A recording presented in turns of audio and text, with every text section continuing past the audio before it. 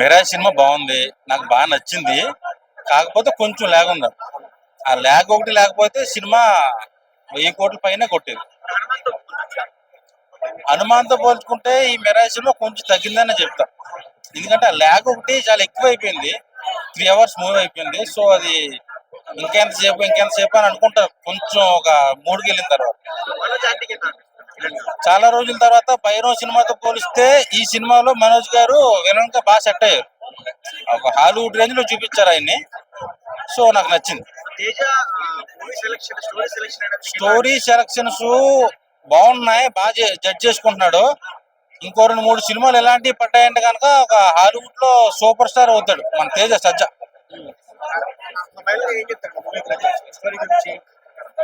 చెప్పేదేం లేదు bus. Mirai cinema బాగుంది, కాకపోతే కొంచెం లాగ్ అయింది అంతే. ఆయన క్యామియో ఎక్స్పెక్ట్ చేశా, బట్ ఇందులో క్యామియో లేదు. ఓన్లీ వాయిస్ ఓవర్ సరిపెట్టేసి నాకేం కనిపించలే. అప్పటికే నేను వచ్చేసినట్టున్నాను. ఎవరో ఉందన్నారు. బీజిఎం బాగా కొట్టాడు. పేరు తెలియదు కానీ మ్యూజిక్ డైరెక్టర్ కి చాలా బాగుంది బీజిఎం. బీజిఎంఏ సినిమా లేపింది బాగా.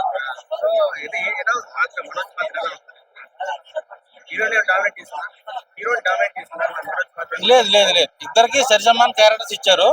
సో బాగా హ్యాండిల్ చేశాడు డైరెక్టర్. ఆ లెంత్ ఎక్కువ లేకపోయి ఉంటే సినిమా ఎక్కడికో వెళ్ళేది.